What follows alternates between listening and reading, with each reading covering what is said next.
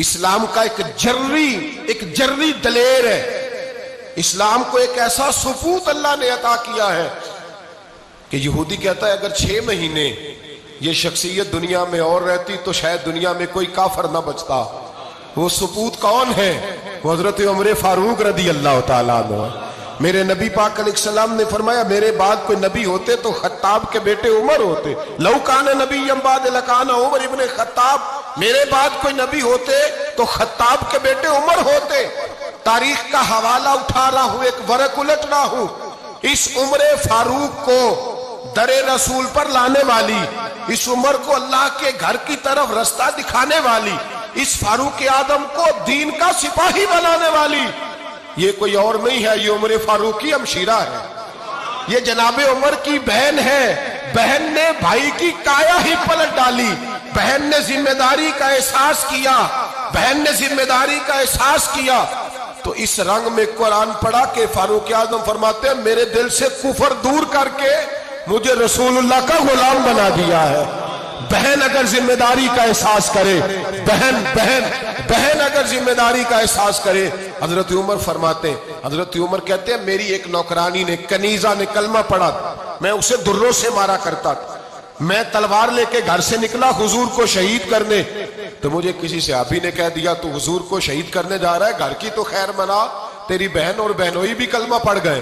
کہتے میں گیا، باہر دروازے پہ تھا تو میری ہمشیرہ اندر قرآن پاک کی تلاوت کر رہی تھی۔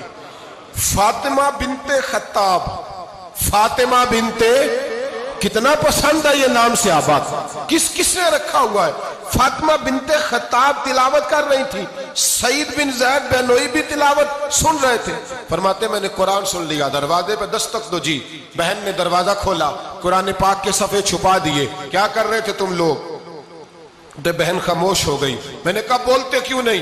مجھے کسی نے بتلایا ہے تم نے کلمہ پڑھا ہے۔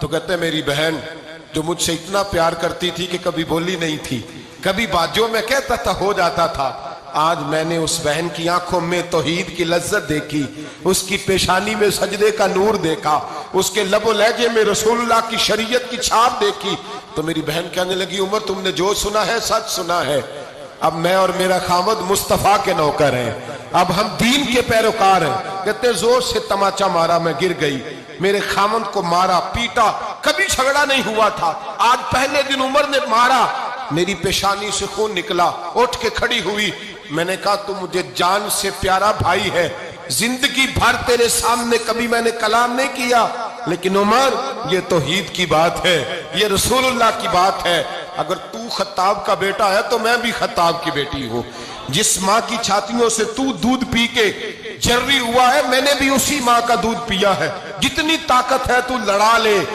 جتنی ہمت ہے تو مار لے، لیکن اب میں رسول اللہ کا دامن نہیں چھوڑوں گی۔ حضرت عمر کہتے ہیں بہن کی قوت ایمانی نے، بہن کی قوت ارادی نے، بہن کے توکل اور یقین نے مجھے مجبور کیا۔ میں نے کہا میری بہن کے دل میں اگر کوئی بات آئی ہے تو اس میں سچ ضرور ہوگا، اور اگر بہن بھائی کو اس دلیری کے ساتھ درس دے رہی ہے تو اس کے اندر کوئی نکھار ہے۔ میں نے کہا لا ذرا تو کیا پڑھ رہی تھی؟